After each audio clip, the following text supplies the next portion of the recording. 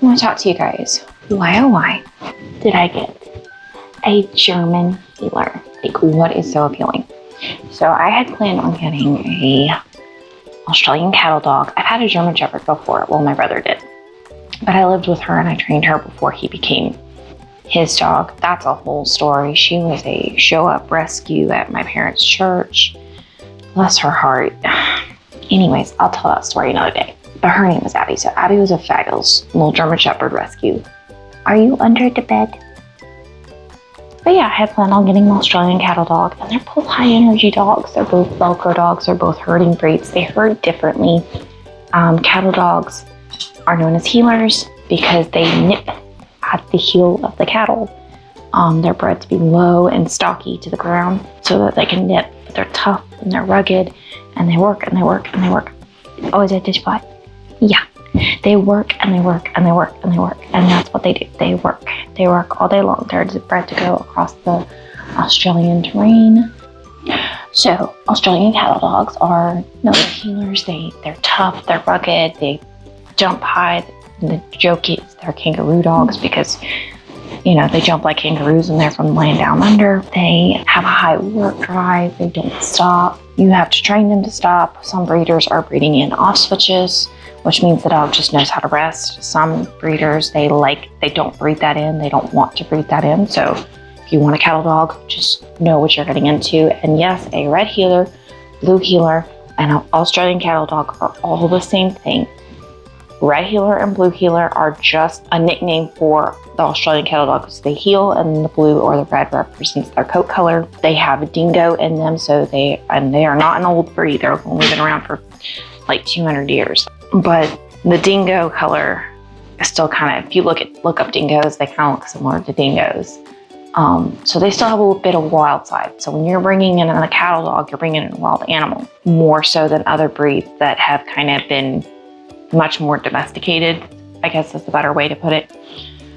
So just know that's what you're getting. You're getting a dingo that's slightly domesticated.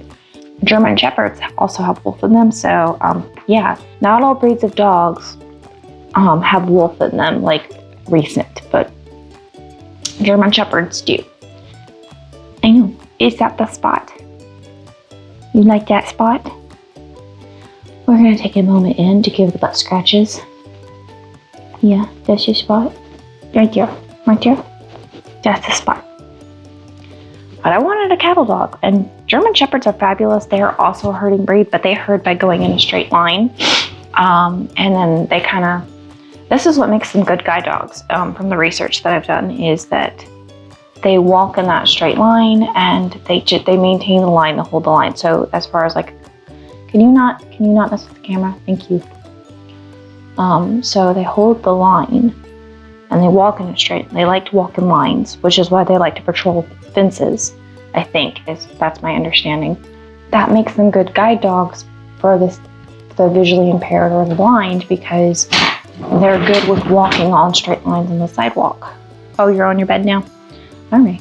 So that's an asset, but they don't live as long as other breeds of dogs, which is sad. They also have an extreme work drive. They also, depending on if you go with the show line, German Shepherds kind of make me sad because a lot of breeding programs are, I don't think, breeding for the healthy dogs. You see a lot of them have that extreme slope in their back, and it looks painful to me. It looks looks uncomfortable. I wouldn't want that. Unfortunately, they're one of those breeds that have had a lot of inbreeding, and that's also created that slope. So they're working on, a lot of good breeders are working on basically revitalizing the bloodlines and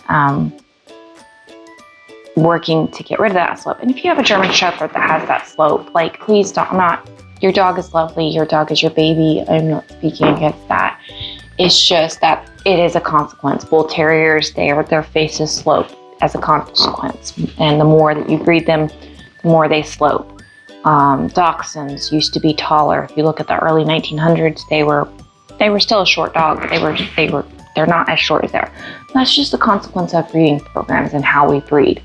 And we have to decide when we're breeding dogs, I don't breed dogs, but when a breeder is breeding dogs, they need to focus on breeding good qualities and healthy qualities. Sometimes we go for color, and that color can lead to blindness, deafness, like the Merrills, depending on the Merrill breeds, sometimes deafness is accompanied by a certain type of Merrill. So that's a big tangent. We're not getting that. Back to my Clover, back to my German healer. Yes, her parents are registered German healers. I wanted an Australian cattle dog, and I told this story at the in this video. I will link it at the end of this video in the description. So I got you, babe. When I read Clover's mom's profile, she's a German healer. I fell in love with her temperament and personality. When I talked to the breeder, basically the reason why they bred Clover's litter is because Layla, or is it Leela? Oh shoot, I'm gonna say Layla. If it's Leela, I apologize. You can comment down below. I know sometimes my breeder watches the videos. I fell in love with her temperament. And then I read Clover's dad, Gus's profile, and I fell in love. What my breeder told me was Clover's grandmother had a one-night stand with a German Shepherd, and good health, all that kind of stuff, but there was an accident litter. And so Rose went back to my breeder along with the litter of puppies, and her husband fell in love with Layla. And so they decided to keep her. As she was raising Layla, she realized that she was a very, very good dog. Like, she's had cattle dogs, but this dog was smarter. This dog was calmer. This dog was different than the cattle dogs. And so she started reaching out to other people who had puppies from that litter. And she found that that was common. Like, that was the standard of the litter, which it wasn't just a fluke. Well, then her husband and her started talking, like, what if we breed German healers? And they weren't sure about it. They weren't keen on it because they're like, we breed purebred cattle dogs.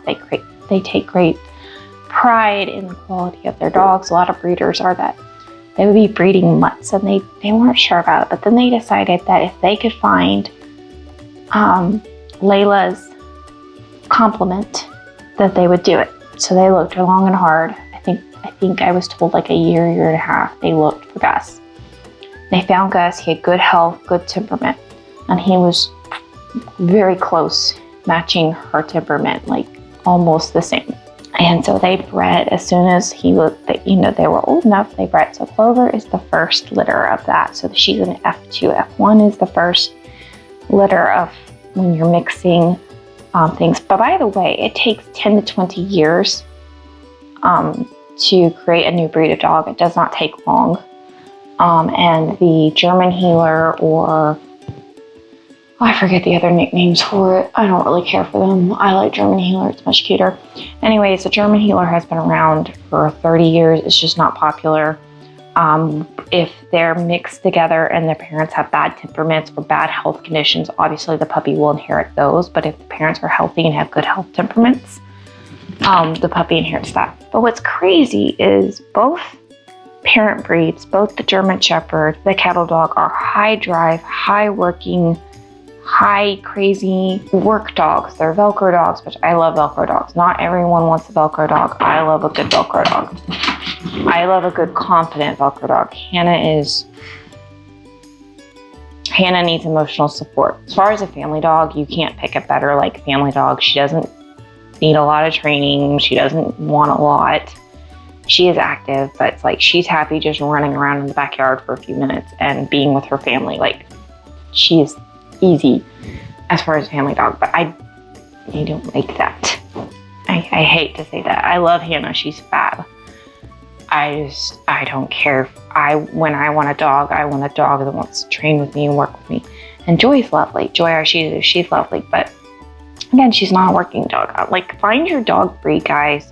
Because when you find what kind of dog you love, you will stick with that. There's a reason why you see people who, once they find their breed of dog, they stick with that breed of dog. They become the husky person, they become the poodle person, they become the bulldog person, or which I've had a bulldog mix. Bulldogs are fun. I do love a bulldog, but I don't think they fit my lifestyle.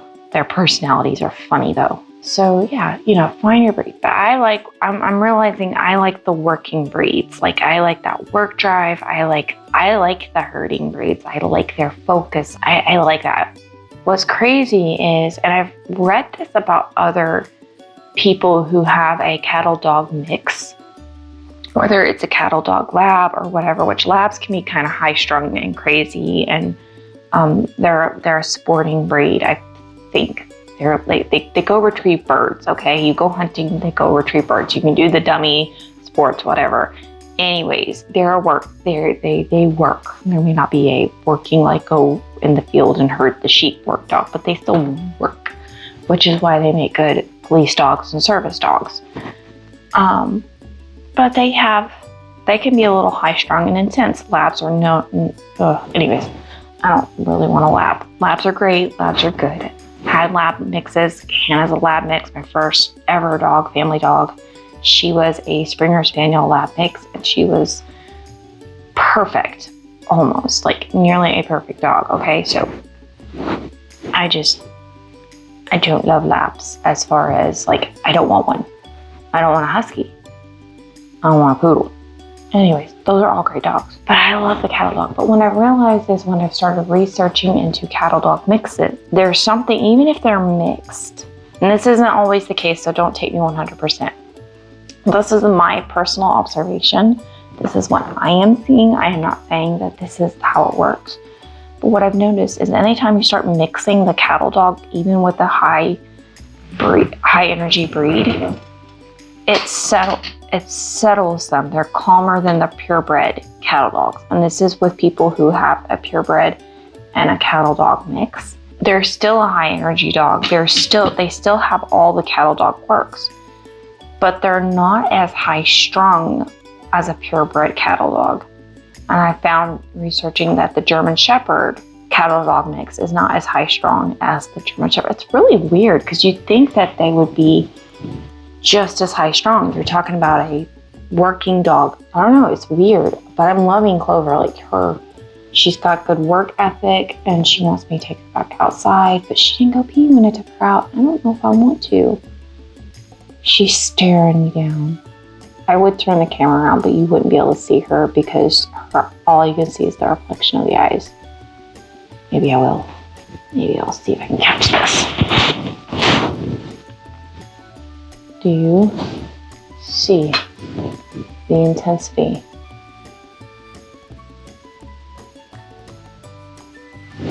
What do you want?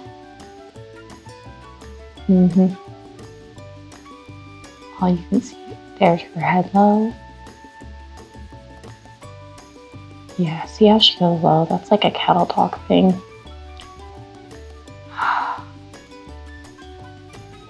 All right, I'll take you out. All right, so in closing thoughts, the reason why, nice and close to you, let's get comfy and personal.